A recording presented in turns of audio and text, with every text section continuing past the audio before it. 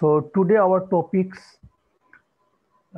these are hypospadias, undescended testes, retractile testes, and ectopic testes, and also torsion of testes. Actually এগুলো খুব ছোট ছোট এবং একই সাথে টেস্টিসের, যে কারণে আমি আনডিসেন্ডেড টেস্টিস, রিট্রাক্টাল টেস্টিস এবং একটোপিক টেস্টিস একটা হেডলাইনে রাখতে যাচ্ছি যাতে বুঝতে সুবিধা হয়। আর টর্শন অফ টেস্টিস এটা একটু ডিফারেন্ট হেডলাইনে। আর হাইপোস্পেডিয়াস তো ডিজিজটাই ডিফারেন্ট, টেস্টিকুলার ডিজিজ না। সো আমরা প্রথমে হাইপোস্পেডিয়াস নিয়ে আমরা আলোচনা করি। সো হাইপোস্পেডিয়াসে হেডলাইন আমাদের যা আসবে, প্রথমে আমরা ডেফিনেশন, দ্যাট ইজ এটা বুঝতে চাই যে হাইপোস্পেডিয়াসটা কি জিনিস, এটা etiology, pathophysiology, features and indication for operation and the treatment. So the definition: hypospadias is the most common congenital anomaly of the penis. In this anomaly, the urethral opening is situated on the ventral side of the shaft of penis in one or several positions just behind the glans. একটু কঠিন মনে হচ্ছে, but এখানে যদি এই পিকচারটা আমরা দেখি, আমরা জানি যে পেনিসে যেটা erectile tissue, corpus cavernosum and corpus spongiosum, and corpus স্পঞ্জিওসামটা ভেন্ট্রাল অ্যাসপেক্টে থাকে এবং এটাই কাভার করে থাকে ইউরেথ্রাকে। যদি কনজেনিটালি এই কর্পাস স্পঞ্জিওসাম এন্ড ইউরেথ্রা এটা ডেভেলপড না হয়, তখন আসলে এটা যে পর্যন্ত ডেভেলপড হয় ওখানে ইউরেথ্রাল ওপেনিংটা হয়, এবং ডিস্টাল যে পার্টটা কর্পাস স্পঞ্জিওসাম এন্ড ইউরেথ্রা এটা রিপ্লেসড হয় ফাইব্রাস টিস্যু দিয়ে। এটাই আসলে এর মেইন মেকানিজম। তো এখানে দেখা যাচ্ছে যে ভেন্ট্রাল অ্যাসপেক্টে আমরা হাইপোস্পেডিয়াস একটা ওপেনিং দেখতে পাচ্ছি। সো দ্য ইটিওলজি, এটা আসলে আননোন ইটিওলজি, কেন এটা হচ্ছে এটা ম্যাক্সিমাম ক্ষেত্রেই বোঝা যায় না যে এটা কেন হয়, unknown etiology. And the arrested the development in fetal life, এটা কিছু ফ্যামিলিয়াল ফ্যাক্টর থাকে, জিন mutation and lack of hormone production during the fetal life due to endocrinopathies. And the pathophysiology, এটার যদি আমরা প্যাথোফিজিওলজি ধরি, so the pathophysiology are due to incomplete fusion of urethral folds along the midline. The urethral fold যেটা হয় সেটা midline incomplete fusion হতে পারে। Severity of the condition depends on the location of the opening. এই কন্ডিশনটা কত severe হবে এটা ডিপেন্ড করবে যে কোন লোকেশনে urethral opening, that means urethra বা কর্পাস স্পঞ্জিওসাম কতটুকু পর্যন্ত ডেভেলপড হয়ে গেছে। যত লেন্থে কম ডেভেলপমেন্ট হবে তত কমপ্লিকেশন বা সেভিরিটি বেশি থাকবে, আমরা সেটা একটু পরে আসবো। The presence of opening near the glans is known as glandular hypospadias. যদি এটা গ্ল্যান্সের কাছে হয় তাহলে গ্ল্যান্ডুলার ভ্যারাইটি অফ হাইপোস্পেডিয়াস, যদি এটা করোনার কাছে হয় তাহলে করোনার ভ্যারাইটি অফ হাইপোস্পেডিয়াস, এবং এটা প্যানাল শ্যাফটে যদি ওপেনিং হয় urethra, then this penile variety. Penoscrotal hypospadias হতে পারে, পেরিনিয়াল হাইপোস্পেডিয়াস হতে পারে। এবং আমরা এটা একটা অ্যাসেসমেন্ট করা হয় যে এটাতে কি প্রবলেমটা ঘটে। দেখা যায় যে ভয়েডিং প্যাটার্ন, যেটা মেল ভয়েডিং প্যাটার্ন, সেই প্যাটার্নটা নর্মাল হয়ে যায় এবং স্ট্রিম অফ দ্য ইউরিন এটা ডাউনওয়ার্ড ডিফ্লেক্টেড হয়ে যায়, বিকজ এটার যে নর্মাল যেটা অ্যানাটমি সেটা চেঞ্জ হয়ে যাচ্ছে। and child voids in sitting position in penoscrotal and perineal hypospadias. Perineal ভ্যারাইটিতে নর্মাল সিটিং পজিশনই হবে এক্ষেত্রে, তো ডাইরেক্ট ডাউনওয়ার্ডসই হবে। সো এখানে যদি আমরা দেখি দিস ইজ অ্যান হাইপোস্পেডিয়াস, এখানে দেখা যাচ্ছে যে হাইপোস্পেডিয়াসের ওপেনিং, ইউরেথ্রাল ওপেনিংটা, this is the urethral opening, এটাকে বলা হচ্ছে proximal penile variety of hypospadias. এই পিকচার দেখে মনে হয় তার আসলে একবার অপারেশন হয়ে গেছিল, অপারেশন হওয়ার পর আবার কমপ্লিকেশন হয়ে ইউরেথ্রাল ওপেনিং হয়ে গেছে। It is one type of complication of this operation. আমরা যদি ডায়াগ্রামেটিক পিকচারে দেখি তাহলে এখানে ধরবো নর্মাল ইউরেথ্রা এই কর্পাস স্পঞ্জিয়াসের ভিতর দিয়ে থেকে এখানে মিটাল ওপেনিং। এটা যে কোনো জায়গায় এই নর্মাল পজিশন থেকে যদি এই লেভেলেও হয় তাহলে এটা হাইপোস্পিডিয়াস, এটা গ্ল্যান্ডুলার ভ্যারাইটি হবে।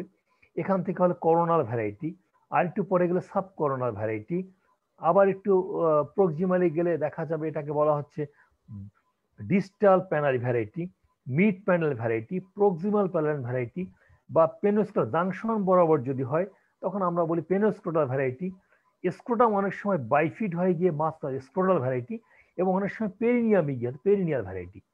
এ ধরনের according to the opening of the urethra এই ভ্যারাইটিটা ঠিক করা হয়, এবং যত প্রক্সিমালি হবে এটা কমপ্লিকেশন তত বেশি। এখানে আমরা আর একটু ডায়াগ্রামেটিক্যালি বোঝানো হচ্ছে যে abnormal location of the মিটাস on the under surface of the penis.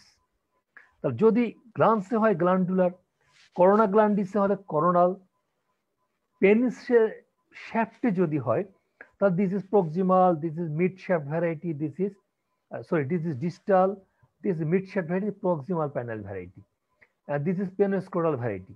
এই মাঝখানে হলে তখন দেখা যায় যে স্ক্রোটাম বাইফিট থাকে, দ্যাট ইজ স্ক্রোটাল ভ্যারাইটি, এবং এখানে স্ক্রোটামের ব্যাকে যদি হয় তখন সেটা পেরিনিয়ামে হলে পেরিনিয়াল ভ্যারাইটি অফ হাইপোস্পেডিয়াস।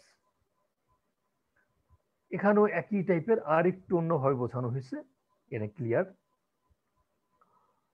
এখানেও আরেকভাবে বোঝা হচ্ছে যে এখানে glandular variety, subcoronal variety, distal penile, mid shaft, proximal penile, penoscrotal, এখানে mid scrotal, scrotal variety, and the perineal variety. আমি আশা করি আমি বিভিন্ন ডায়াগ্রাম দিয়ে তোমাদের বোঝানোর উদ্দেশ্য হলো যে তোমরা যাতে জিনিসটা বুঝতে পারো। আমি যদি আরেকবার বলি কথাটা, যে ধরো এই লেভেলে যদি ইউরেথ্রাল ওপেনিং থাকে, বা এই লেভেলে যদি ইউরেথ্রাল ওপেনিং থাকে, তাহলে এই ডিস্টাল পার্টটুকু কি ঘটলো? এই ডিস্টাল পার্টের corpus spongiosum and the urethra এই পুরাটাই ডেভেলপড না হয়ে এটা রিপ্লেসড বাই ফাইব্রাস ব্যান্ড। তখন এইখানে ওপেনিং থাকে, এই জায়গাতে ওপেনিং থাকে, এবং এটা ফাইব্রাস ব্যান্ড হয়ে যায়, এবং ফাইব্রাস ব্যান্ড হওয়ার ফলে একদিকে প্যানেল কার্ভেচার হয়ে যায়, এটাকে বলা হয় কোর্ডি। বাট ভেন্ট্রাল অ্যাসপেক্টে যদিও স্কিন ডেভেলপমেন্ট না হয়ে থাকে, ডরসাল অ্যাসপেক্টে স্কিন ফুললি ডেভেলপ থাকে, তখন পিউবিশিয়াল স্কিনটাকে একটা হুডের মতো মনে হয়, তখন এটাকে বলা হয় ডরসাল হুডিং। তাহলে আমার প্রবলেম যদি আমরা দেখি পেশেন্টের, যে এই মিড শ্যাফট বা ডিস্টাল প্যানেল ভ্যারাইটি, এর ডিস্টাল পার্টটুকুতে ইউরেথ্রা থাকবে না, কর্পাস স্পঞ্জিওসাম থাকবে না, এটা রিপ্লেস হয় ফাইব্রাস ব্যান্ড দিয়ে, যার ফলে প্যানেল কার্ভেচার হবে, যেটাকে আমরা বলি কোর্ডি, এবং এ পাশে পিরপোশিয়াল স্কিনও থাকবে না, যে কারণে শুধু ডরসামে পিরপোশিয়াল স্কিন থাকার জন্য এটাকে বলা হয় dorsal hooding. This is the main thing. So the characteristic features আমরা কি দেখলাম, যে পিরপোশিয়াল স্কিনে হুড থাকবে, হুডেড পিপস, মিটাসটা লোকেটেড থাকবে ভেন্ট্রাল অ্যাসপেক্টে, গ্লান্সটা সেক্ষেত্রে ফ্ল্যাট হবে, এবং এটা নর্মাল যে কোনিক্যাল শেপ গ্লান্সের এই শেপটা থাকবে না, আর গ্লান্সটা ফ্ল্যাট হয়ে যাবে, এবং ভেন্ট্রাল কার্ভেচার হবে অব শ্যাফটে, এটাকে বলা হচ্ছে কর্ডি। সো আমরা কি অপারেশন সব সময় করব, বা আদৌ কি অপারেশনের দরকার আছে, বা কখন করব? তাহলে ইন্ডিকেশনস ফর অপারেশন, এক্ষেত্রে the functional indications, that is proximally located meatus. Meatus যদি প্রক্সিমালি লোকেটেড হয় সেক্ষেত্রে মিটাসকে অবশ্যই নর্মাল পজিশন আনার জন্য আমাদের এটা অপারেশন করতে হবে। অ্যান্ড ভেন্ট্রালি ডিফ্লেক্টেড ইউরিনারি স্ট্রিমটাও ভেন্ট্রালি ডিফ্লেক্টেড হয়ে যায়, এবং অনেক ক্ষেত্রে মিটাল স্টেনোসিসও থাকে, আর পেনিসের একটা কার্ভেচার হয়ে যায়, that is called curve penis. কিছু কসমেটিক ইন্ডিকেশন আছে, while the which are strongly linked patient's future psychological purpose, that is মিটাস abnormally located, একটা স্কুল গোয়িং বয় সে ভাববে তার অন্য বন্ধুদের মিটাস তো নর্মাল পজিশনে, তার কেন অ্যাবনর্মাল পজিশনে, তার সাইকোলজিক্যালি এফেক্ট করে। তার গ্লান্সটা ফ্ল্যাটেন থাকে, নট দ্য কনিক্যাল শেপ, তাকে এটা কসমেটিক্যালি আগলি লুকিং থাকে, এটা তার মধ্যে সাইকোলজিক্যাল এফেক্ট করে। এই ধরনের তার পেনিসে কার্ভ থাকে, এটা এটা হুডিং সিস্টেম থাকে, এই সব কিছু কারণে কসমেটিক কারণেও এটা অপারেশন করা যেতে পারে এবং ফাংশনাল কারণেও তার এই অপারেশনটা করা যেতে পারে। তবে যদি গ্ল্যান্ডুলার ভ্যারাইটি হয় সেক্ষেত্রে, বা ইভেন করোনাল ভ্যারাইটিও যদি হয়, সেই ক্ষেত্রে যেহেতু যদি না থাকে এবং কোনো কোর্ডি না থাকে, কোনো ফাংশনাল ইন্ডিকেশন এক্ষেত্রে অপারেশনের নাই, কসমেটিক পারপাসে অপারেশন করা যেতে পারে। সো দ্য পেরি অপারেটিভ কনসিডারেশনে আমরা কি করব, যে টাইমিং অফ সার্জারিটা কখন বেটার হবে। So the timing of surgery, the ideal age of genital surgery is between 6 to 12 months of age, that is before 1 year age এটা strongly recommend করা হয়। Healing seems to occur more quickly and with fewer scars, and young infants overcome the stress of surgery more easily. এই ক্ষেত্রে এই এজে যদিও স্কিনটা বলা হয় যে পাতলা থাকে স্কিন, স্টিচিং এর ক্ষেত্রে একটু প্রবলেম হয়, বাট এই ক্ষেত্রে হিলিংটা যেহেতু মোর কুইকলি হয় এবং স্কারটা যেহেতু কম হয়, এজন্য এই সময়ই একটা অপারেশনের ইন্ডিকেশন বলা হয়। The highest incidence of post operative emotional disturbance has been age of 1 to 3 years। তাহলে নর্মালি 1 থেকে 3 ইয়ার্স এই সময়টাতে একটা হাইয়েস্ট থাকে, যে তার সাইকোলজিক্যাল বা একটা ইমোশনাল ডিস্টারবেন্স এই সময় দেখা যায়। The most common problems are prolonged night terrors and other things, anxiety, etc. The normal penis grows only about 0.8 centimeters between the age of 1 and 3 years, and hence the size of phallus is not an important technical consideration. এখানে বোঝাচ্ছে যে যেহেতু panel শেপটা normally 1 থেকে 3 বছরের মধ্যে খুব একটা গ্রো করে না, এটা গ্রো করে অনলি 0.8 সেন্টিমিটার, এজন্য এটা ডিলে না করে উইথিন 1 ইয়ার অপারেশন করে ফেলাই বেটার, এটা বলা হচ্ছে।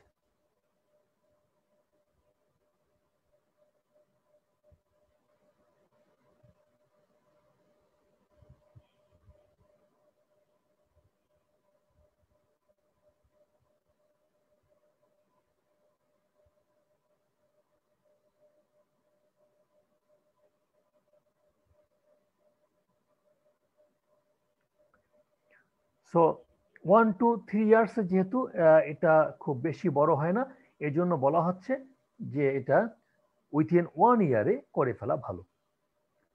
ইন কেস অফ ট্রিটমেন্ট কিছু ইন্ডিকেশন বা কিছু সাজেশন বলা হয়। Do not circumcise the prepuce can be used to construct a new urethra. আমরা অনেক পেশেন্টকে দেখি যে তাদেরকে আগে থেকেই গ্রামে হয়তো কোনো ডক্টর উপজেলা লেভেলে বা ভিলেজ লেভেলে ভিলেজ ডক্টর সার্কামসিশন করে ফেলে, কিন্তু আসলে এই হাইপোস্পেডিয়াস রিপেয়ারের ক্ষেত্রে বা ইউরেথ্রা রিকনস্ট্রাকশনের ক্ষেত্রে this preputial skin is very important, এর জন্য সার্কামসাইজ করা উচিত না। Ultrasound of the abdomen to rule out the internal urinary tract pathology. যখন কোন একটা কনজেনিটাল অ্যানোমেলি থাকে তখন আরো কনজেনিটাল অ্যানোমেলি থাকার সম্ভাবনা বেশি থাকে, সেজন্যই বলা হয় যে আমার ইনভেস্টিগেশন করে দেখতে হবে অন্য কোনো কনজেনিটাল অ্যানোমেলি আছে কিনা। এর জন্য আমরা একটা অ্যাবডোমিনাল আল্ট্রাসোনোগ্রাম করব ইউরিনারি ট্র্যাক্টের, যাতে আদার কোনো ইউরিনারি ট্র্যাক্ট অ্যাবনর্মালিটি আছে কিনা। The ideal age more than 6 months, up to 2 years, but up to 1 year is better. So 6 months to 1 year is better. Sometimes এটা 2 years করা যেতে পারে। Surgery is the urethroplasty. So this is all about hypospadias. এখন এখানে একটা কথা দেখাচ্ছি যে ছবিতে তোমরা দেখতে পাচ্ছ ambiguous genitalia. The ambiguous genitalia, it is ambiguous genitalia ক্ষেত্রে বলা হয় যে এখানে টেস্টিস নাই। এখানে দেখা যাচ্ছে যে এখানে টেস্টিস নাই, স্ক্রোটাম ইজ নট ডেভেলপড। এখানে স্ক্রোটাম ইজ নট ডেভেলপড, কোনো টেস্টিস নাই, স্মল ফেলাস অর স্মল পেনিস। এই ক্ষেত্রে ছেলে নামে এটা জেনেটিক একটা আমাকে কনসিডারেশন করতে হবে, এই ইনভেস্টিগেশন করে দেখতে রুল আউট করতে হবে যে তার আসলে সে female sex or male sex. এটা করার জন্য সেই ইনভেস্টিগেশনে যেতে হবে। এটাকে বলে অ্যাম্বিগুয়াস জেনিটালিয়া। এটা not only undescended testis or এটা not only hypospadias or the chordee. এখানে এই ক্ষেত্রে আমাদেরকে অ্যাম্বিগুয়াস জেনিটালিয়া ধরতে হবে যে এনি অ্যাবনর্মালিটি যদি বাইল্যাটারাল টেস্টিস আনডিসেন্ডেড থাকে সেক্ষেত্রে আমাকে রুল আউট করতে হবে যে মেল না female.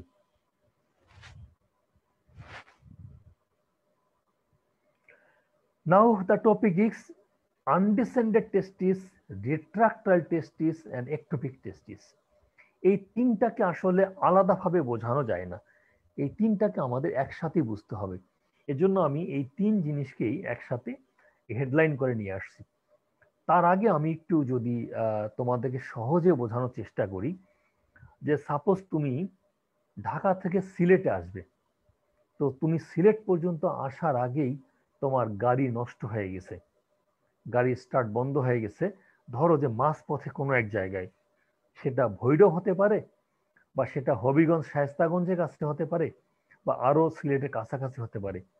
That is called undescended টেস্টিস, যে তোমার সিলেটে আসা টার্গেট তোমার পথের কোনো জায়গায় তুমি আটকে গেছো, that is undescended testis. And retractile testis, retractile testis হলো যে তুমি সিলেট পর্যন্ত আসছো কিন্তু আবার তুমি ধরো যে সিলেট থেকে ঢাকা থেকে সিলেট 240 কিলোমিটার, তুমি সিলেটে আসছো, আবার হয়তো 30 কিলোমিটার ব্যাকে মাঝে মাঝে চলে যাও আত্মীয়র বাসায়, আবার সিলেটে ঘুরতে আসছো, আবার আত্মীয় বাসায় বা হোটেলে তুমি ওখানে ব্যাক করো। এটা হলো রিট্রাক্টাইল টেস্টিস, দ্যাট ইজ তুমি জায়গা মতো পৌঁছাইছো, টেস্টিস স্ক্রোটাম পর্যন্ত ডিসেন্ড করছে, বাট এটা মাঝে মাঝে আবার একটু উপরে উঠে যায়, দ্যাট ব্যাক পথে চলে যায়, সেটাকে বলে রিট্রাক্টাইল টেস্টিস। খুব বেশি দূর ব্যাক পথে যায় না, যেমন ঢাকা থেকে সিলেট 240 কিলোমিটার যদি হয়, তুমি হয়তো সিলেটে আসছো, আসার পর আরো 20 বা 30 কিলোমিটার মাঝে মধ্যে ব্যাক করো বা রাতে থাকার জন্য ব্যাক করো আত্মীয়র বাসায়। এটা it is called retractile testis. And the ectopic testis, ectopic testis means যদি আবার বলি ঢাকা থেকে তুমি সিলেটের উদ্দেশ্যে যাত্রা করছো, কিন্তু রাস্তা ভুল করে তুমি মৌলভীবাজার চলে গেছো বা তুমি সুনামগঞ্জ চলে গেছো, তো তুমি আসার পথে সিলেটে না এসে তুমি অন্য আর একটা জায়গায় চলে গেছো সিলেটেরই কাছাকাছি, that is called ectopic testis. আমি খুব সহজে হয়তো তোমাদেরকে বোঝাতে চেষ্টা করলাম যে undescended testis, retractile testis and ectopic testis, এই তিনটার মধ্যে ডিফারেন্সটা কি। এবার আমরা আসল কথায় আসি। The headlines, the introduction, causes, the features, comparison between these three things, the treatment and the surgery, sometimes not needed surgery, and the complications. So এটাকে আসলে এই তিনটাকে একসাথে বলা হয় ক্রিপ্টরকাইডিজম। তো ক্রিপ্টরকাইডিজম, এখানে crypts means hidden and orchis means testis. So the cryptorchidism মানে হিডেন টেস্টিস। এই ছবিতে দেখা যাচ্ছে এই বাবুর, এই বাচ্চার, এই ইয়াং বয়, তার একটা টেস্টিস আছে, দিস ইজ লেফট টেস্টিস, তার রাইট টেস্টিস নাই, অ্যাবসেন্ট। সো এই তিনটার মধ্যে কোনোটাই ঘটতে পারে, এটা রিট্রাক্টাইল হতে পারে, আনডিসেন্ডেড হতে পারে, একটোপিক হতে পারে। তবে এখানে একটা কথা আছে, যদি আনডিসেন্ডেড হয় তাহলে স্ক্রোটাম ডেভেলপ করে না, একটোপিকের ক্ষেত্রে বা রিট্রাক্টাইলের ক্ষেত্রে স্ক্রোটাম, হেমিস্ক্রোটাম ডেভেলপ করে। কাজে যেহেতু আমরা দেখতে পাচ্ছি সাপোজ এই বয়ের ক্ষেত্রে যে তার রাইট সাইডে স্ক্রোটাল স্কিন দেখে মনে হয় যে ইট ইজ ডেভেলপড বা এর মধ্যে কন্টেন্ট নাই, সো এটা মেবি রিট্রাক্টাইল টেস্টিস। আনডিসেন্ডেন্ট হলে সাধারণত ডেভেলপ করে না, স্পেশালি যদি ডিপ রিংয়েরও প্রক্সিমালি থাকে। আর যদি ইনগুইনাল ক্যানেল বা নিচে থাকে সেক্ষেত্রে ডেভেলপ করে অনেক সময়।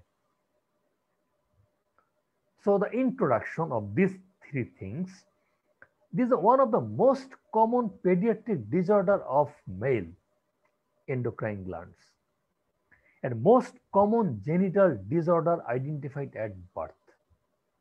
So the cryptorchidism is a Greek word.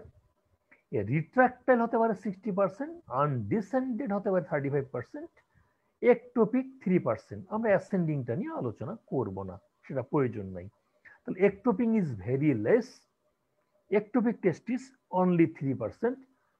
Mainly আমরা worried about undescended testis.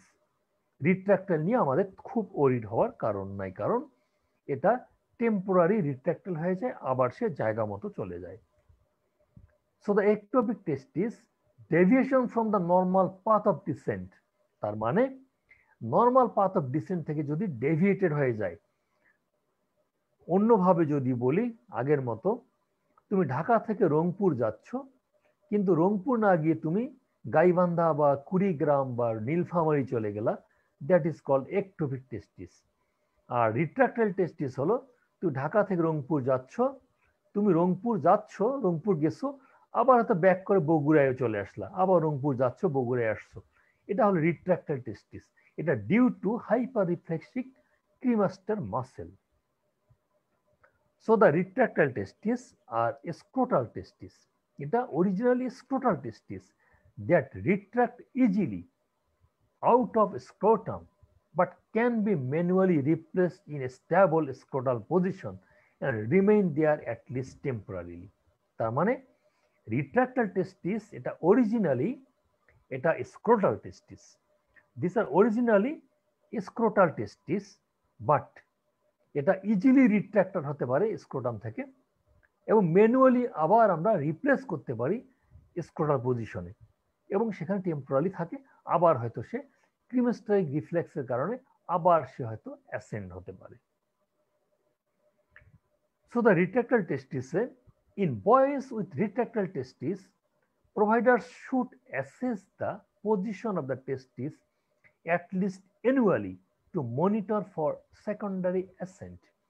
এটাকে বলা হয় রিট্রাক্টাইল টেস্টিস। যখন আমরা একবার ডায়াগনোজ করব, এই পেশেন্টটাকে আমরা এটা মনিটর করব, ইয়ারলি আমরা মনিটর করব যে সেটা অ্যাসেন্ড করে কিনা। The testicular examination is recommended at least annually at every well child visit in accordance with কিছু আছে presence of hyperactive cremasteric reflex, এটা ইটিওলজি।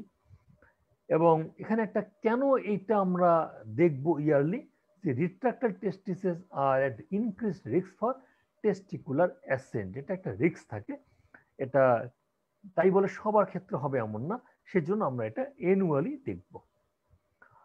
এর মাঝখানে একটা কথা চলে আসে যে তোমরা সবাই হয়তো হিটলার, অ্যাডলফ হিটলারের নাম শুনেছ, জার্মান এক সময়কার লিডার। তার আসলে ওয়ান টেস্টিকল ছিল, তো হিটলারের ওয়ান টেস্টিকল ছিল।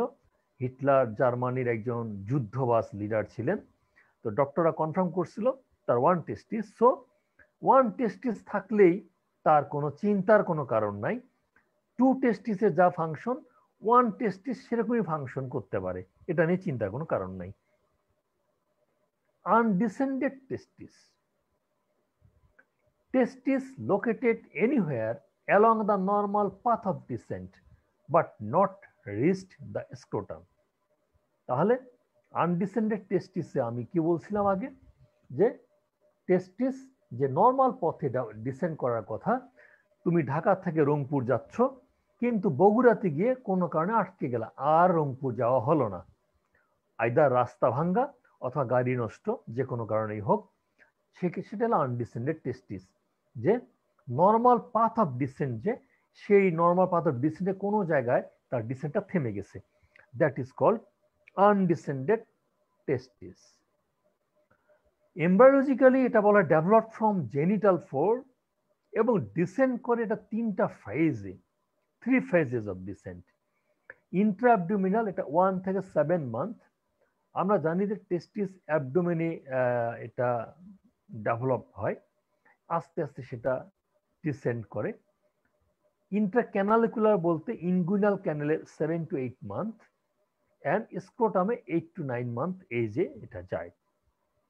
যদি আমরা উইকলি ভাবে বলি, ট্রান্স অ্যাবডোমিনাল ডিসেন্ট কমপ্লিট হয় by 10 weeks, traverse inguinal canal by 20 to 28 weeks. তাহলে এখানে একটা কথা যে এই 10 উইকস অ্যান্ড 20 উইকস মাঝখানে কি ঘটলো? অ্যাকচুয়ালি ট্রান্স অ্যাবডোমিনাল ডিসেন্ট বলতে এটা ডিসেন্ড করে ডিপ ইনগুইনাল রিং এর কাছে চলে আসে। এই জায়গাতেই বেশ কিছু সময় সে রেস্টে থাকে। এই রেস্টিং টাইমটাই উইকলি ধরা গেলে 10 to 20 উইকস এই সময়টা রেস্ট করে, অ্যান্ড ট্রাভার্স করে ইনগুইনাল ক্যানেল 20 থেকে 28 উইকস। 32nd উইকে এটা ইমার্জেস from superficial inguinal ring, and 35th to 40th week it descends into the scrotum. Left testis descends before right, and about 96% testis descended at birth. আমরা যদি এই পিকচারটা খেয়াল করি ভালো মতো, এখানে দুটা কালারে দেখানো হচ্ছে। এই কালারটা হলো একটু হালকা, যেটা ট্রু আনডিসেন্ডেড টেস্টিস, আর এই কালারটা এবং এটা নীল লেখা এটা একটোপিক টেস্টিস। তার আনডিসেন্ডেড টেস্টিস এখানে দেখা যাচ্ছে অ্যাবডোমিনাল হতে পারে। অ্যাবডোমিনালটা ম্যাক্সিমাম ক্ষেত্রে ডিপ রিং এর জাস্ট ডিপে থাকে, and this is the inguinal, that is inguinal canale, and this is স্ক্রোটামের উপরে বা root of the scrotum or root of the পেনিসের কাছে, just distal to the superficial inguinal ring, এখানেও থাকতে পারে এই লেভেলটা। This is the undescended testis. আবার একটোপিকের ক্ষেত্রে আমরা যদি যাই, এখানে দেখা যায় যে ডিপ রিং দিয়ে সে ইনগুইনাল ক্যানেলে প্রবেশ না করে হয়তো স্কিনের নিচে চলে আসে, তাহলে superficial to inguinal canal or just below the skin over inguinal area, inguinal region, এখানে হতে পারে। সে প্রি প্যানাইল থাকতে পারে, ফিমোরাল ক্যানেলে যেতে পারে, ট্রান্সভার্স এটা করে স্ক্রোটামে একটু পাশে থাকতে পারে, পেরিনিয়ামে যেতে পারে, অপোজিট স্ক্রোটামেও যেতে পারে, এমন ঘটতে পারে। This all are called ectopic testis. এই পিকচারে যদি আমরা খেয়াল করি, দিস ইজ অ্যাবডোমিনাল, ইনগুইনাল, এটা হলো pre scrotal or root of the স্ক্রোটামে, and this is the normal position bottom of the scrotum. টেস্টিসের নর্মাল পজিশন হলো bottom of the scrotum.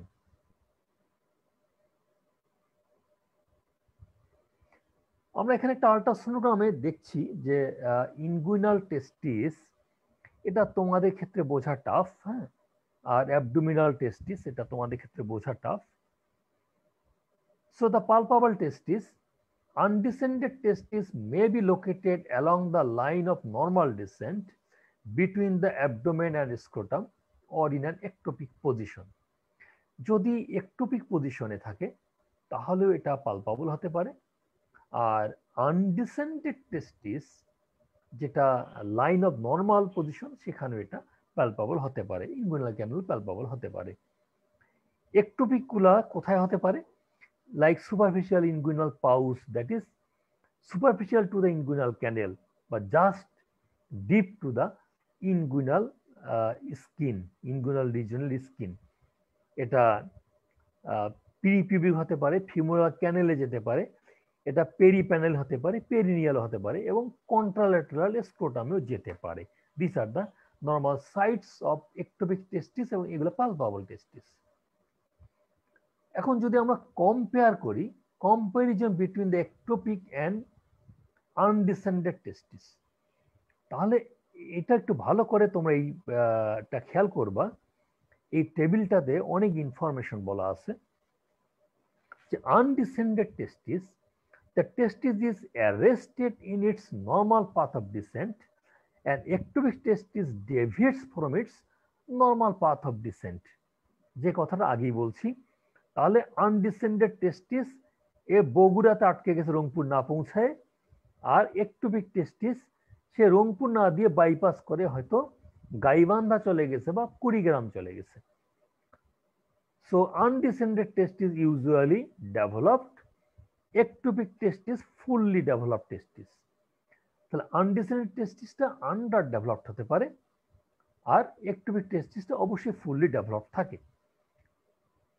Undescended টেস্টিসটা আনডেভেলপড অ্যান্ড এমটি স্ক্রোটাম, স্ক্রোটামটা empty থাকে, অনেক সময় হেমিস্ক্রোটাল ডেভেলপমেন্টও হয় না।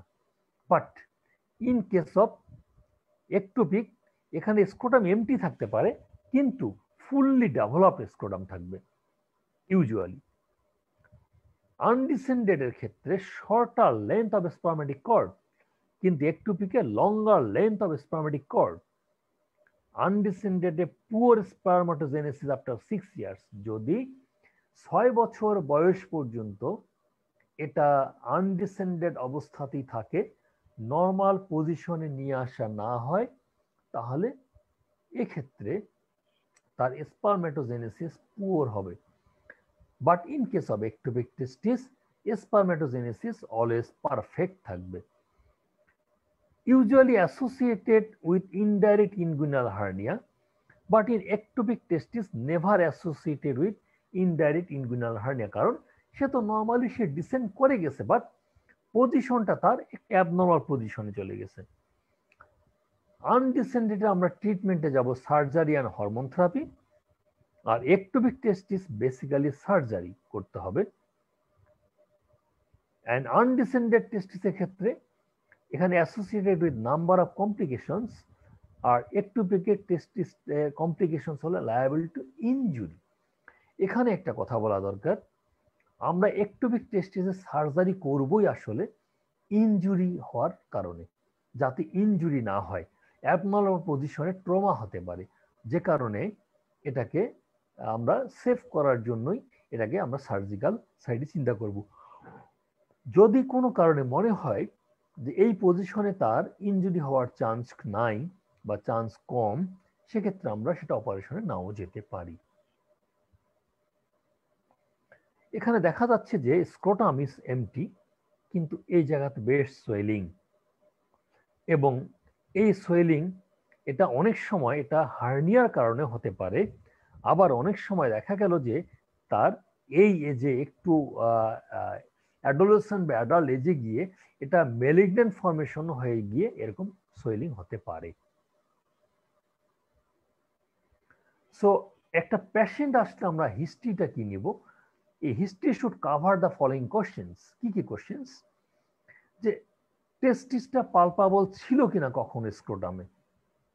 নাম্বার 2, যে সেই বাচ্চাটার তার ডেলিভারি বা তার সে কি প্রিম্যাচুরলি বর্ন করছে কিনা, কারণ আমরা জানি যে একবারে 9 মান্থের ক্ষেত্রে গিয়ে টেস্টিস স্ক্রোটামে আসে, বা জাস্ট বিফোর বার্থ বা at the last মান্থে।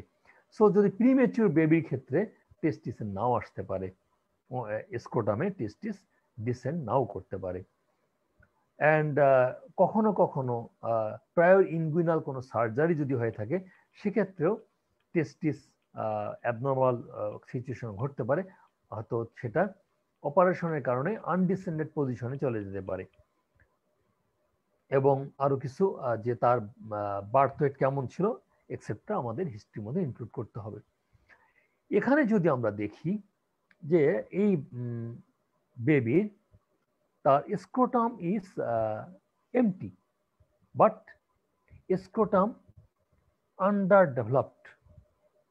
underdeveloped, and testis may or may not be palpable along the path of descent. আমি টেস্টিস হয়তো নাও পেতে পারি এই পাথ অফ ডিসেন্টে। এই ক্ষেত্রে অ্যাকচুয়ালি তার রাইট সাইডে টেস্টিস আছে, আমরা লেফট সাইডে একটু দেখতে পাচ্ছি তার একটু এমটি মনে হচ্ছে, এবং লেফট সাইডে টেস্টিস তার হয়তো এই পজিশনে আছে, দ্যাট ইজ আনডিসেন্ডেড টেস্টিস। এক্ষেত্রে আমরা যদি এই পিকচারে দেখি, তার লেফট সাইডে testis fully developed, right hemiscrotum is empty, তার হয়তো এটা এই লেভেলে ইনগুইনাল ক্যানেল লেভেলে তার এটা থাকতে পারে। So most patients presents in infancy and around school going age, a few present after puberty, absence of one or both testes, swelling in the groin, একটু আগে যে সোয়েলিংটা দেখালাম এরকম একটা সোয়েলিং হতে পারে, এটা টেস্টিসের জন্য হতে পারে, হার্নিয়ার কারণে হতে পারে, and may present with attacks of pain in the groin due to either recurrent torsion of the testis or strangulation of an associated hernia. এটা অনেক সময় ওখানে টর্শন হয়ে স্ট্র্যাঙ্গুলেশন হতে পারে। সো হোয়েন উইল ইনভেস্টিগেট, যদি পালপাবল থাকে তাহলে ইনভেস্টিগেশন প্রয়োজন নাই, আমরা তো খুঁজে পেয়ে গেছি। যদি ইউনিল্যাটারাল ইনপালপাবল থাকে তাহলে অনলি আল্ট্রাসোনোগ্রাম করব যে তার এই টেস্টিসটা কোথায়, ওই ইউনিল্যাটারাল আল্ট্রাসোনোগ্রাম করব। আর যদি বাইল্যাটারাল ইনপালপাবল থাকে তখন rule out of the intersex, তার এমবিগুয়াস জেনিটালিয়ার যে পিকচার আমি দেখিয়েছি, যদি বাইল্যাটারালি টেস্টিস ইনপালপাবল থাকে সেক্ষেত্রে আমাদেরকে তার রুল আউট করতে হবে যে male or female. So the overall efficacy of hormonal treatment is less than 20% for the cryptorchid testis and is significantly dependent on pre-treatment testicular location. Therefore, surgery remains the gold standard for the management of undescended testes. আসলে এটা surgery করতে হয়। AUA এটা বলা হচ্ছে American urological association.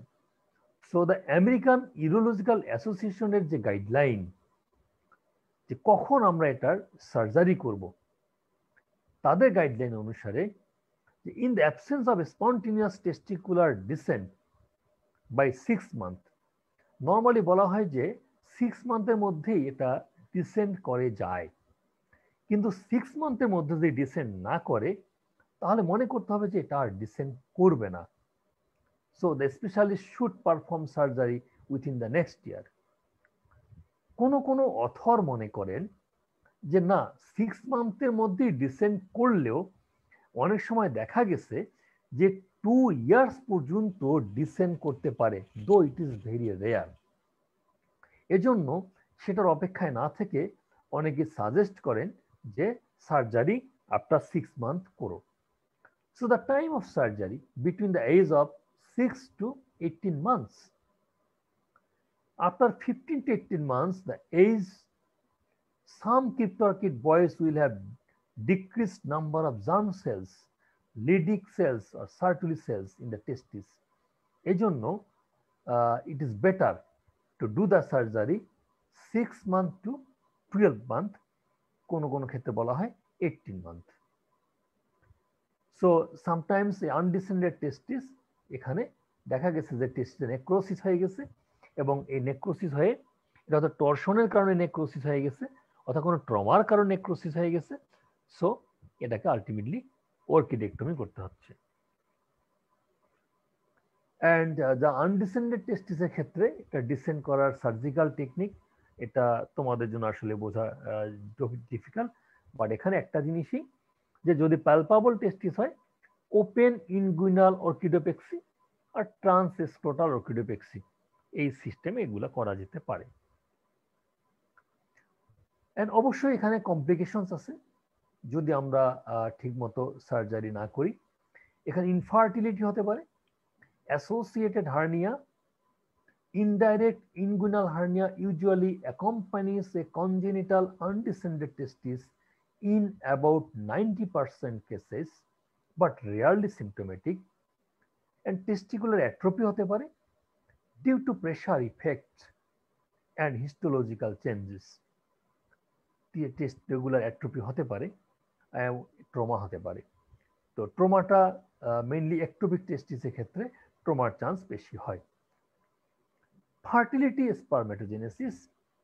Recent studies are more optimistic. The benefit for testicular function with early orchidopexy. এখানে বলা হচ্ছে যে 100% of men whose orchidopexy were carried out at less than 4 years have normal semen. বিভিন্ন স্টাডিতে এ ধরনের বিভিন্ন ধরনের তারা পেয়েছে। আমি যদি স্টাডিগুলো একটা সামারি বলি, তাহলে বলা যায় যে নর্মালি মনে করা হয় যে যদি কোনো বেবির টেস্টিস আনডিসেন্ডেড থাকে, উইথিন 6 মান্থ সময়ে মোস্ট কেসে ডিসেন্ড করে যায়। সো আমরা 6 মান্থের আগে সার্জারিতে যাব না। যদিও কোনো কোনো অথর মনে করে আপ টু 2 ইয়ার্স পর্যন্ত রেয়ারলি এটা ডিসেন্ড করতে পারে। আবার কেউ কেউ মনে করে যে না 1 ইয়ার পর্যন্ত ডিসেন্ড করতে পারে। কিন্তু মেজরিটি মতামত হলো 6 মাস পর্যন্ত আমরা ওয়েট করবো ডিসেন্ড করার জন্য, এবং 6 মান্থ থেকে 1 ইয়ার এই সময়টাই হলো সার্জারি করার উত্তম টাইম। তবে 18 মান্থ পর্যন্ত সার্জারি করা যেতে পারে। আবার কেউ বলছেন যে before school going age surgery করা যেতে পারে, that is less than 4 years পর্যন্ত করলেও নর্মাল সিমেন থাকবে। আবার কেউ বলছেন যে না, যদি 15 to 18 মান্থ এজ হয়ে যায় তাহলে দেখা যায় যে তার সেলগুলোর মধ্যে কিছু কিছু চেঞ্জ ঘটে যায়। এ ধরনের নানাবিধ স্টাডি আছে। তো তোমাদের জন্য, তোমরা পরীক্ষার জন্য বা জানার জন্য, যে আমি আবারও সামারি করে বলছি যে যদি আনডিসেন্ডেড টেস্টিস থাকে 6 মান্থ পর্যন্ত ডিসেন্ড করার জন্য ওয়েট করতে হবে, এবং 6 মান্থ থেকে 18 মান্থে সার্জারিটা করা বেটার, কারণ এরপরে তার ক্ষতি হতে পারে। তবে লেস দ্যান 4 ইয়ার্স পর্যন্ত সিমেন কোয়ালিটি নর্মাল থাকে। So risk of neoplasia, incidence of testicular malignancy general পিপলের ক্ষেত্রে দেখা যায় 0.07%। 0.07% মানে অনেক অনেক কম, 0.07%। বাট দেখা যাচ্ছে যে যাদের, যে সমস্ত পেশেন্টের আনডিসেন্ডেড টেস্টিস, তাদের ক্ষেত্রে এটা নর্মালের চেয়ে 4 গুণ বেশি রিস্ক থাকে তাদের এটাতে ম্যালিগনেন্সি হওয়ার জন্য। এবং এই ম্যালিগনেন্সি পিক ইনসিডেন্সটা হলো 3rd and 4th decade. So these topics I have finished here. যেটা আমরা বলবো যে আনডিসেন্ডেড টেস্টিস, এই ক্ষেত্রে রিস্ক অফ নিওপ্লাসিয়া। তাহলে একটা প্রশ্ন এখানে আসে, যদি কেউ 30 বছর বা 35-40 বছর বয়সে অ্যাবডোমিনাল ক্যাভিটিতে একটা টেস্টিস নিয়ে আসে, হোয়াট উইল ইউ ডু? এরকম ক্ষেত্রে আসলে 6 ইয়ার্সের পরে বা 4 ইয়ার্সের পরে বলা হয় যে যদিও তার সিমেন কোয়ালিটি ঠিক থাকবে, স্পারমাটোজেনেসিস হবে না, বাট আদার হরমোনাল ফাংশনের জন্য আমরা তাকে ডিসেন্ড করে আনবো। বাট এরকম এজে যদি চলে আসে যে 3rd, 4th ডিকেড পার হয়ে যায়, তাহলে এই টেস্টিসটা আমরা অর্কিডেক্টমি করব to save the patient from malignancy.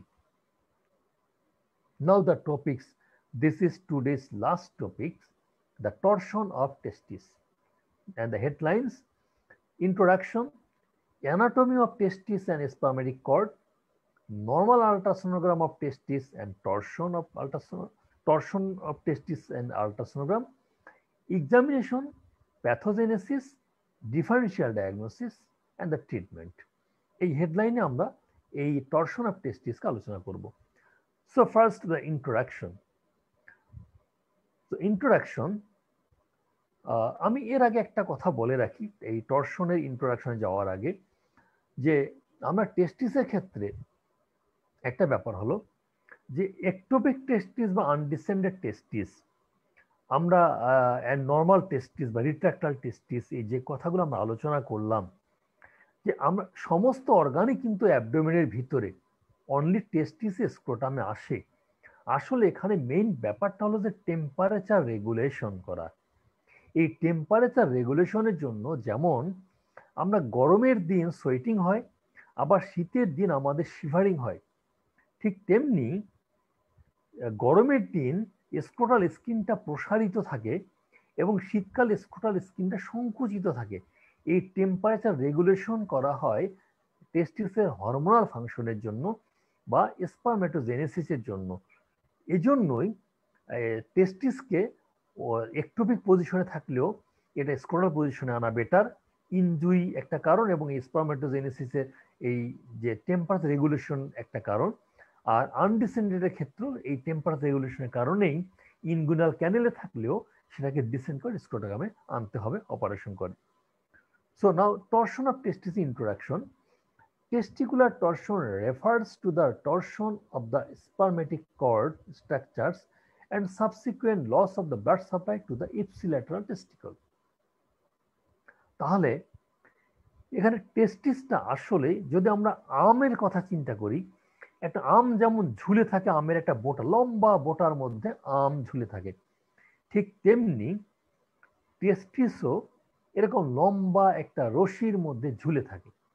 কাজে এই রশিটা, এই ছবিটা আমরা দেখতে পাচ্ছি যে এই রশিটা কেমন পেঁচায় গেছে। আমরা এই রশিটা দেখলাম যে রশিটা কেমন পেঁচায় গেছে। তো এই রশিটা পেঁচায় যাওয়ার কারণ হলো যেহেতু লম্বা রশির উপর একটা আম ঝুলে আছে বা টেস্টিসটা ঝুলে আছে। সো এই testicular torsion refers to the torsion of the spermatic cord structures. এই স্পার্মেটিক কর্ডের স্ট্রাকচারে টরশন হয়, এই টেস্টিসে টরশন হয় না। টরশনটা হয় কিন্তু কর্ডের মধ্যে, কর্ডের টরশন হয়। তাহলে টেস্টিসটা অটোমেটিক্যালি টরশন হয়ে যায়। And subsequent loss of blood supply of the ipsilateral testis. এই টরশনের কারণে বা স্পার্মেটিক কর্ডটা আমরা যদি বলি রশির মতো পেঁচানোর কারণে এখানকার ব্লাড সাপ্লাইটা লস হয়ে যায়। লস হয়ে গেলে টেস্টিস ব্লাড সাপ্লাই পায় না, তখন এটা এমার্জেন্সি সিচুয়েশন দ্বারা টেস্টিস নেক্রোসিস হয়ে যায়। This is an urological emergency. Early diagnosis and treatment are vital to save the testicle and preserving the future fertility. The testicular torsion is primarily a disease of adolescents and neonates. It is the most common cause of testicular loss in this age group. এই age গ্রুপে টেস্টিস loss হওয়ার কারণই হলো torsion of টেস্টিস। এখানে আমরা কারণটা বোঝার আগে একটু অ্যানাটমিটা দেখে নিতে হবে। যে অ্যানাটমিক্যাল ভিউ আমরা যদি দেখি, normally tunica vaginalis does not completely surround the testis and epididymis which are attached to the posterior scrotal wall. This is tunica vaginalis. এই টিউনিকা ভ্যাজাইনালিসটা এটা কমপ্লিটলি টেস্টিসকে সারাউন্ড করে রাখে না। এটা টেস্টিস এবং এপিডিডাইমিস কমপ্লিট সারাউন্ড করে রাখে না, রাদার এটা কি করে স্ক্রোটাল ওয়ালের সাথে অ্যাটাচ থাকে, পোস্টেরিয়র স্ক্রোটাল ওয়াল। যার কারণে এই যে পুরো জায়গাটা ফ্রি থেকে গেল, এই ফ্রি জায়গাটাতেই আসলে এই জায়গাটার কারণেই এই জায়গাগুলোতে টরশন হতে পারে। এখানে একটা অ্যানোমেলির কথা বলা হচ্ছে, বেল ক্ল্যাপার অ্যানোমেলি, যে the tunica vaginalis completely surrounds the testis and epididymis and part of the spermatic cord predisposing to torsion. এখন দেখা যাচ্ছে যে টিউনিকা ভ্যাজাইনালিস এই পোস্টেরিয়র স্ক্রোটাল ওয়ালে থাকার কথা এবং এখানেই পর্যন্ত অ্যাটাচ থাকে, বাট দেখা গেল যে এখান থেকে গিয়ে এভাবে এটাকে ধরে রাখলো। এটাও কিন্তু একটা প্রিডিসপোজিং ফ্যাক্টর হলো টরশনের জন্য। এখন নর্মালি আল্ট্রাসোনোগ্রামে গিয়ে দেখা যায়, আমরা যদি ডপলার আল্ট্রাসোনোগ্রাম করি তাহলে নর্মালি ব্লাড ভেসেলগুলা আর্টারিয়াল ব্লাড অ্যান্ড এই ব্লু কালারটা ভেনাস ব্লাড। তো colour Doppler should reveal the bilaterally symmetric and relatively uniform flow through the both testis and epididymis. এটা আমরা কালার ডপলার আল্ট্রাসোনোগ্রামে ইজিলি বুঝতে পারি। এখন এই টরশনে গিয়ে কি দাঁড়ায়, আমরা এখানে যে জিনিসটা দেখলাম যে টিউনিকা ভ্যাজাইনালিস এটাই হলো নর্মালি এই জায়গাটাকে ফ্রি রাখে, নর্মালি এখানে ফ্রি থাকে। এটাও একটা টরশন হতে পারে, এখানে লেগে থাকতেছে এবং এই সাইডটা ফ্রি থাকে। আবার দেখা গেল যে এখানেও দেখা যাচ্ছে যে টিউনিকা ভ্যাজাইনালিসটা এটা একটা অ্যানোমেলি, দেখা যায় বেল ক্লাপের অ্যানোমেলি। এই অ্যানোমেলিতে সে টেস্টকে সারাউন্ড করে স্পার্মেটিক কর্ডে গিয়ে দুই পাশে ফিউজ করে থাকতেছে। এটা একটা প্রিডিসপোজিং ফ্যাক্টর। সো এই ফ্যাক্টরের কারণে নর্মালি যে আমরা ব্লাড সাপ্লাই পাই আল্ট্রাসোনোগ্রামে, এটা আমি মাঝখানে দেখিয়েছি যে এরকম থাকার কথা। টরশন হলে এটা কি চেঞ্জ হয় সেটা একটু পরে দেখাবো। তো এখানে টরশনের ক্ষেত্রে দেখা যাচ্ছে এই যে বেল ক্লাপের অ্যানোমেলি, যেটা এই টিউনিকা ভ্যাজাইনালিস এখানে জয়েন করছে, তার নিচে এখানে রশির মতো দেখেন যে ভেইন ভেইন ভেইন এই যে আর্টারি আর্টারি এইভাবে, এবং এই যে ডাক্টাস ডিফারেন্স, এটা রশির মধ্যে পেঁচাই গেছে। তাহলে ইন্ট্রাভ্যাজাইনাল টর্শন হয়, এটা is the more common type, occurring more frequently at puberty. It results from anomalous suspension of the testes by a long stack of spermatic cord, resulting in complete investment of the testis and epidermis by the tunica vaginalis. This anomaly has been linked to a bell clapper. তাহলে এই bell clap অ্যানোমালির সাথে এটা হয়। এই ক্ষেত্রে আমরা একটা জিনিস খেয়াল করি যে টেস্টিসটা ট্রান্সভার্স লাই। দেখো এখানে এপিডাইমিস কিভাবে এখানে হয়ে গেছে, টেস্টিসের ট্রান্সভার্স লাই। তুমি এই ছবির সাথে যদি আগের ছবি মিলাও, দেখো নর্মালি টেস্টিসের বলা হয় এটা আপার পোল, এটা হলো লোয়ার পোল। তো এখন আপার পোলে এভাবে এটা হলো head of the testis, head of the epididymis upper পোলে, and this is the lower pole. আমরা এই ছবিতে এসে দেখি এটা ঘুরে গেছে, টেস্টিসটা ট্রান্সভার্স লাই হয়ে গেছে। এই যে এখানে head of the epididymis, tail of the epididymis, transverse lie. এই ট্রান্সভার্স লাইটাই আমরা এক্সামিন করে একটু বুঝতে পারি যে এটা টর্শন কিনা। আর একটা হলো এই যে প্যাচ খেয়ে যায়, অনেকে মনে করেন যে এই একটা রশির মধ্যে একটা গিট দিলে যেমন মনে হয় সেরকম মনে হতে পারে, বাট প্র্যাকটিক্যালি এটা অলওয়েজ এভাবে বোঝা যায় না। সো এক্সট্রা ভ্যাজাইনাল, যেটা নর্মালি আমরা আগের ছবিতে যেমন ছিল যে পুরা টেস্টিসকে টিউনিকা ভ্যাজাইনালিস কাভার করে নাই, এরকম ক্ষেত্রেও দেখা গেল যে হতে পারে যে এখানে হেড অফ দ্য এপিডেমিস এখানে, টেল অফ দ্য এপিডেমিস এখানে, এটা ট্রান্সভার্স লাই হয়ে গেছে। দেখো এখানে আর্টারিটা এ পাশে চলে আসছে, আবার ভেইনটা এ পাশে চলে গেছে, ডাক্টাস ডিফারেন্স এ পাশে চলে গেছে, এটা একটা প্যাচ খেয়ে গেছে এখানে। So most often occurs in newborns without the bell clapper deformity. It is thought to result from a poor or absent attachment of the testis to the scrotal wall, allowing rotation of the testis, epidermis, and tunica vaginalis as a unit and causing torsion of the cord at the level of the external ring. So আমরা প্যাথোজেনেসিসটা যদি বুঝতে চেষ্টা করি যে টেস্টিকল rotates on spermatic cord, তাহলে টেস্টিসটা স্পার্মেটিক কর্ডের উপরে rotate করলো। এই রোটেশনটা আসলে বলা হয় lateral to medial rotation. Lateral to medial rotation, এটা তোমাদের একটু বুঝতে কষ্ট হবে। তোমরা যদি আমার এই পুরা ক্লাসটা ছবিগুলো আরেকবার পর্যালোচনা করো, তখন এটা বুঝতে পারবে যে টেস্টিসটা রোটেট করবে অন স্পার্মেটিক কর্ড, এবং এই রোটেটটা হবে from lateral to medial. Lateral to medial হয়ে এটা টর্শন হবে। অ্যান্ড এর ফলে কি হচ্ছে, ভেনাস অকুলেশন হয়, ভেনাস অকুলেশন হয়ে ইডিমা হচ্ছে, এরপরে আর্টারিয়াল অকুলেশন হয়ে ইস্কেমিয়া হয়ে এটা ইনফেকশন হয়, উই লস দ্য টেস্টিস। এখানে দেখা যাচ্ছে যে টেস্টিসটা ফুলে গেছে, কেমন রেডিশ শলেন হয়েছে। এটা নট অলওয়েজ, এটা ভেরি রেয়ারলি, এটা টর্শনটা এতটা ফুলা সবসময় বোঝা যায় না, এই ক্ষেত্রে এরকম দেখা যাচ্ছে। সো দ্য ফিজিক্যাল এক্সামিনেশন বলছে যে এখানে ওল্ডার পেশেন্টটি আমরা মেইনলি ধরবো, older patient swollen tender high riding testis with abnormal transverse lie, যে কথাটা আগে বোঝালাম যে ট্রান্সভার্স লাই থাকবে, and loss of cremasteric reflex. এটা আমি এক্সামিনেশন বোঝার জন্য এই জিনিসগুলো যে তাই সেটা শোলেন থাকবে, টেন্ডার থাকবে, টেস্টিসটা একটু হাই আপ হয়ে যেতে পারে কারণ একটা প্যাচ খেয়ে গেছে, এবং এটা রোটেশন হওয়ার কারণে এটা ট্রান্সভার্স হয়ে যাবে, এবং এটা ক্রিমাস্টিক রিফ্লেক্সটাও লস হয়ে যাবে। এখানে দেখা গেল যে আগের আল্ট্রাসাউন্ডে আমরা দেখছিলাম ব্লাড সাপ্লাই পাওয়া যাচ্ছিল, এখানে কিন্তু ব্লাড সাপ্লাইটা নাই। এখানে আর্লি ইসকেমিক চেঞ্জটা এরকম হচ্ছে, এবং এখানে কোনো ব্লাড সাপ্লাই, এটা যদিও ডপলার না, আমরা ডপলারটা একটু পরের ছবিতে দেখব যে এক্ষেত্রে আমরা ইসকেমিক চেঞ্জগুলো কেমন ঘটে। তো ডপলারে দেখা গেল যে ব্লাড সাপ্লাইগুলো পেরিফেরালি দেখা যাচ্ছে, সেন্ট্রালি নো ব্লাড সাপ্লাই। তাহলে এখানে একটা জিনিস যে কালার ডপলারে আর্লি টরশনে no flow echogenicity similar, testicular স্ট্রাকচারের ইকোজেনিসিটি, আর লেট টরশনে হেটারোজেনাস ইকোটেক্সচার হবে and increased extra testicular blood flow. টেস্টিসের বাইরে ব্লাড ফ্লোটা দেখা যাচ্ছে, ভিতরে না।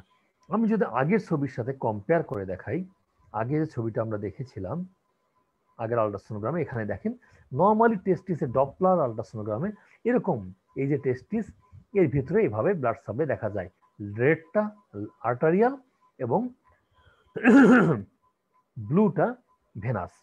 But in case of torsion দেখা যাচ্ছে এখানে কোনো ব্লাড সাপ্লাই নাই, এবং লেট স্টেজে আমরা পেরিফেরিতে, এটা কিন্তু টেস্টিসের আউটলাইন, টেস্টিসের আউটলাইন, এই যে টেস্টিসের আউটলাইন এটা, বাট টেস্টিসের বাইরে এক্সট্রা টেস্টিকুলার এরিয়াতে আমরা ব্লাড সাপ্লাইটা বেশি দেখতে পাচ্ছি।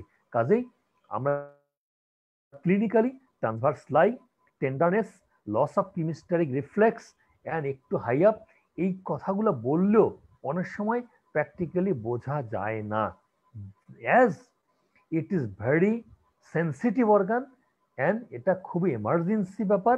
এটা কিছু সময় লেট হলেই, যেহেতু এটা এই টেস্টিসটাকে সেভ করা সম্ভব না, এজন্য আর কালার ডপলার আল্ট্রাসোনোগ্রাম করে আমাদের কনফার্ম হওয়াটাই ভালো। So the differential diagnosis of acute scrotum, epididymitis, scrotal abscess, torsion of epididymal appendage, এপিডিডাইমিসের মধ্যে একটা এপিডিডাইমাল অ্যাপেন্ডেজ থাকে, সেটার যদি টর্শন হয় সেম রকম সিমটম পেশেন্ট দিতে পারে, অ্যান্ড ইন্ট্রাটেস্টিকুলার হেমাটোমা হতে পারে। এজন্য আমাদের যেহেতু ডিফারেন্সিয়াল ডায়াগনোসিস আছে, এজন্য আমাদের হয়তো মনে হতে পারে যে আমরা ইজিলি বুঝতে পারবো যে এই এরকম যে ইজিলি বোঝা যাচ্ছে, no, not always this picture, বা আমরা মনে করব যে এ তো ট্রান্সভার্স লাই আছে, বা আমরা এখানে দেখতে পারবো যে এই জায়গায় ট্রান্সভার্স লাই বুঝতে পারবো, লস অফ কিমিস্টিক রিফ্লেক্স, বা এখানে আমরা হয়তো একটা কোনো গিট পাবো না, এটা সবসময় পাওয়া যায় না, প্র্যাকটিক্যালি এরকম পাওয়া যায় না। So we must depend on ultrasonogram, or we must confirm with ultrasonogram and এটা early, because যদি আমরা এটা আর্লি হ্যান্ডেল না করি তাহলে উইল লস দ্য টেস্টিস। এখানে টর্শনের ক্ষেত্রে একটা ট্রিটমেন্টটা বলার আগে আমি একটা কথা এখানে বলে রাখি, এটা বলা হয় উইথিন 6 আওয়ার্স এটা ডিটরশন করতে হয়, 6 আওয়ার্সের পরে হলে টেস্টিকুলার লস হতে পারে। সো আর যদি 24 আওয়ার্স পার হয়ে যায় সেক্ষেত্রে এটা আর কোনো সম্ভাবনা নাই এই টেস্টিটা সেভ করার, যদিও কোনো কোনো ক্ষেত্রে 48 আওয়ার্স পর্যন্ত বলা হয়ে থাকে। তো নর্মালি আমরা ধরে নিব যে it should be corrected, torsion should be corrected within 6 hours.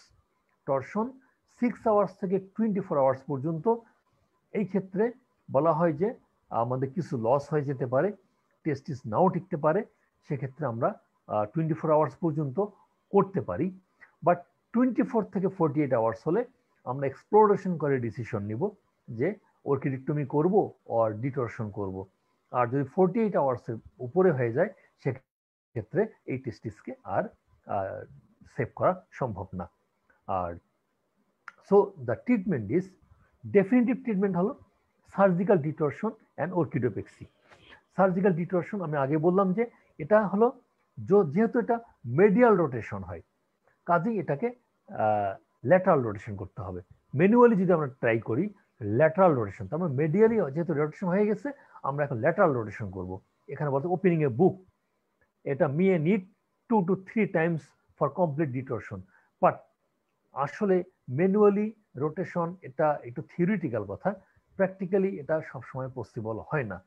এজন্য যেহেতু সেন্সিটিভ অর্গান, আমি বারবারই বলছি যেহেতু এটা সেন্সিটিভ অর্গান, এই জন্য আমাদের এটা সার্জিক্যাল ইন্টারভেনশনে কনফার্ম হয়ে সার্জিক্যাল ইন্টারভেনশনে যাওয়াটাই ভালো। এবং সেক্ষেত্রে যেহেতু দুটা টেস্টিস, একটা টেস্টিস যদি কোনো কারণে টর্শন হয় সেটাকে আমরা ডিটরশন করব, সার্জিক্যাল ডিটরশন অ্যান্ড অর্কিডোপেক্সি, এবং অবশ্যই at the same time opposite টেস্টিসকে আমরা অর্কিডোপেক্সি করব, বিকজ অপোজিট টেস্টে টর্শন হওয়ার চান্স থাকে। এর জন্য আমরা অপোজিট সাইডও আমরা অর্কিডোপ্লেক্সি করব যাতে ফিউচার টর্শন না হয়। It was principles of surgery বা principles of treatment for testicular torsion. যে টেস্টিসে টর্শন হবে, আমি আবারও বলছি, principles of surgery for torsion of testis, যে টেস্টিসে টর্শন হবে তাকে আমরা সার্জিক্যাল ডিটরশন করব, এটাকে ল্যাটারাল রোটেশন করে নিব ওপেন করে, এবং এটাকে অর্কিডোপ্লেক্সি করব, দ্যাট ইজ ফিক্স করব আমরা স্ক্রোটামের মধ্যে, যাতে আর না হয়। এই ফিক্সটা করা হয় আমরা 3 জায়গায় এটা স্টিচ দিয়ে স্ক্রোটাল ওয়ালের সাথে ফিক্স করে দেই। ঠিক অপোজিট টেস্টিসকেও এরকম অর্কিডোপ্লেক্সি করতে হবে 3 জায়গায় বলা হয় ইউজুয়ালি আমরা ফিক্স করব স্ক্রোটাল ওয়ালের সাথে স্টিচ দিয়ে, না হলে অপোজিট টেস্টিসও আবার টর্শন হতে পারে। This are surgical principles. So thank you for listening.